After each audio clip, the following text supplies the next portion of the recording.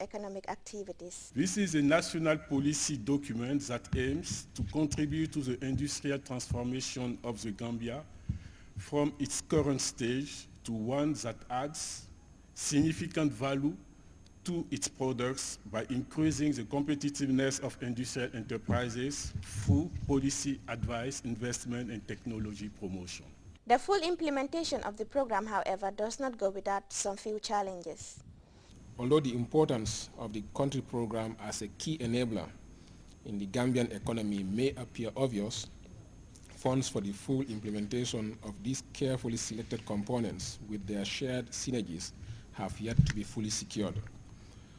Out of the 5 components, only 2 are currently being implemented, that is the renewable energy and rural development, as well as the quality infrastructure components. This is one of many initiatives taken by the ministry to promote industrial growth, and with the full participation of key partners, expectation is high that such initiatives can revitalize the country's industrial development. Neikumba Demba, GRTS News. You can also follow these stories and other GRTS programs live on our website at www.grts.gm. There you can also monitor GRTS Radio Live.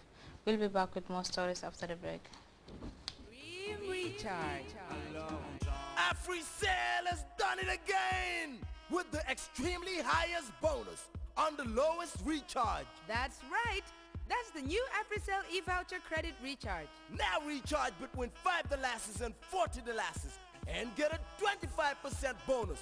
Not only can you recharge as low as $5, yes, you heard me.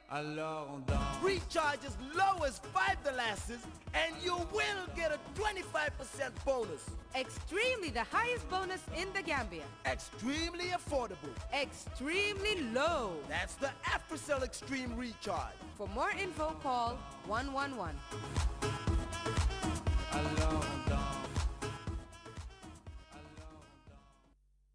Welcome back. One of the poorest countries in Africa could be about to get poorer. A new law obliges foreign-owned companies to transfer a majority stake in their businesses to black Zimbabweans. Hundreds of firms are facing investigations after missing the deadline filing restructuring plans. We have details of the report by CNN's Kepele Mabuzi from Johannesburg. On the ground in Zimbabwe will tell you that this law has got absolutely nothing to do with economics. It's got absolutely nothing to do with empowering poor Zimbabweans like the government wants everybody to believe, but everything to do with politics. The feeling on the ground is that this is President Robert Mugabe's ZANU-PF party's attempt to try and garner votes ahead of elections next year. And when you speak to economists, they will tell you that it just does not make sense to implement a law like this, especially under the current tough economic environment in that country. In 2000, it was white-owned farms that were taken by force. The move was meant to benefit landless blacks. Instead, Zimbabwe plunged into a crisis that crippled the economy. Now the government is forcing foreign-owned companies to transfer majority shares to locals in yet another empowerment drive, and is threatening to revoke licenses and even seize assets if they don't comply. These are our rules and regulations. So if you come and break those laws, then I can't see how we can send you roses.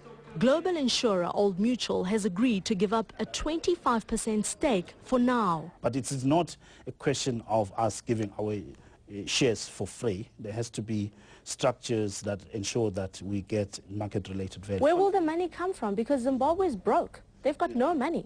But increasingly, you're seeing more investment in the mining sector, and you're seeing more companies from different parts of the world getting into Zimbabwe to invest.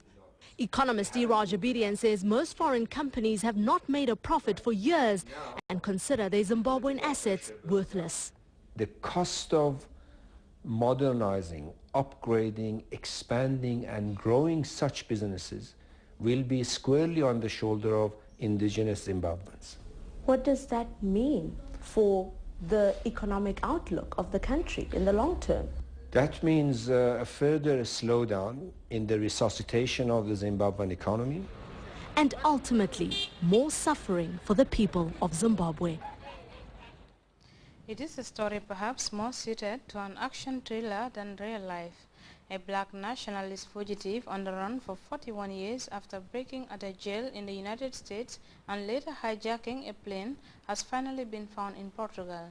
The FBI caught up with their man, George Wright, in a hamlet in Casas Novas. That is where CNN's Dan Rivas picks up the story.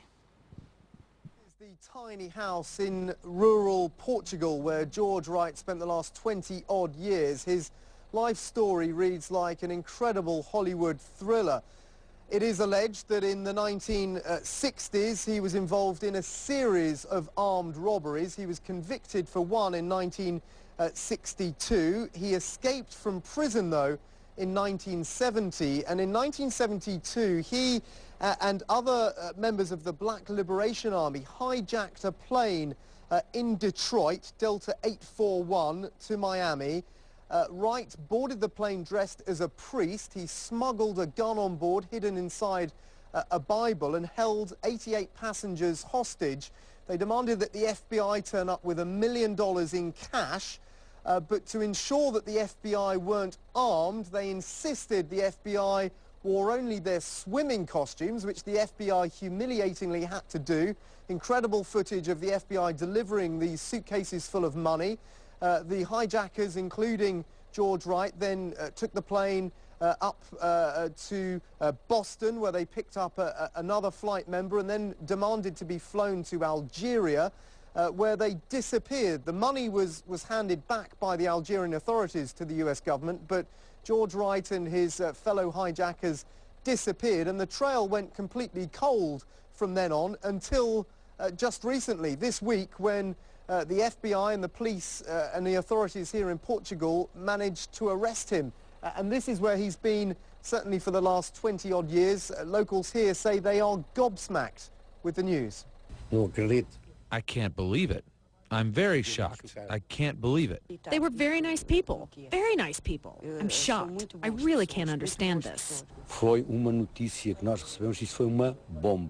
The news to us was shocking. It was a huge surprise. When I heard this in the morning, I was completely shocked at the news I was hearing. Well, with the news I was hearing, that would surprise anyone. We weren't expecting it. We're told that George Wright had met and married a Portuguese lady. They have 2 children, a daughter and a son. He's been living here in really total obscurity for many years, people describing him as a terribly nice guy, quiet, living a modest life. He's been a house painter and had a few small businesses, but kept himself to himself in this tiny village. Now, though, he's front page news. Dan Rivers, CNN, in Casas Novas, Portugal. We now take a second break. We'll be right back. Gis nga Diamond Properties ñoo indi xéewal yot nañ la bayil bu ma la waxe nga may tudde nit ay nit dina la ray de bi dina la ray xaral ma wax la wa baax gis nga ñi ma la tuddal nii fañ génnee raful pour joxe ketab lëmma ket goo xam ne dafa am 3 master bedroom amat kër ga fan la nekk mu nga Diamond Estate nekk Old Yundum déedéet kay ñaareeli pire bi xam nga lan la déedéet oto bu ñoo wax seri jeep 4x4 bu bees tàq yaa koy daaji si mbuus ñetteeli price gi waaw gars yi teg nañ juróomi ticket ab Angleterre yoo xam ne boo amut visa wala bëgguloo dem Angleterre ñu yot la xaalis gi ñeneenteeli price ñaari junne juróomi téeméer ab hangale ci ñaari téeméeri nit ñu gagné juróomeeli price gi junneb saakob maale ñu jox ko junneb nit ku ne benn saakob maalo génneel téeméer ab hangale rek jënd ticket gi te xam nga lu ci gën a neexam boo jëndee ticket gi waaw ba pare waaw fañam time yoo xam ne fa ñoo nekk si télé gi di def panel discussion nit ñi di oote gi nga boo ootee bañ la na allo waaw gañal ne la allo rek sala ama Diamond Properties mooy bolom doole xamul ndànk. And before we go, a reminder of our headlines. The Minister of Health and Social Welfare has made a swift spot visit to the Tutapart Gene Production Factory in Kanifing, ordering temporal closure of the factory out of concern for public safety. The Attorney General and Minister of Justice has hailed the significant role of the alternative dispute resolution as an essential instrument of justice delivery in the Gambia. Hundreds of foreign-owned companies in Zimbabwe have fallen victim to a stringent law that obliges foreign firms to transfer majorities of stakes to natives. But economic analysts say Harare's move is tantamount to economic suicide. And on the run for 4 decades, FBI agents have stumbled on former black nationalist fugitive George Wright, more than 40 years after his escape from jail and involvement in a daring hijack.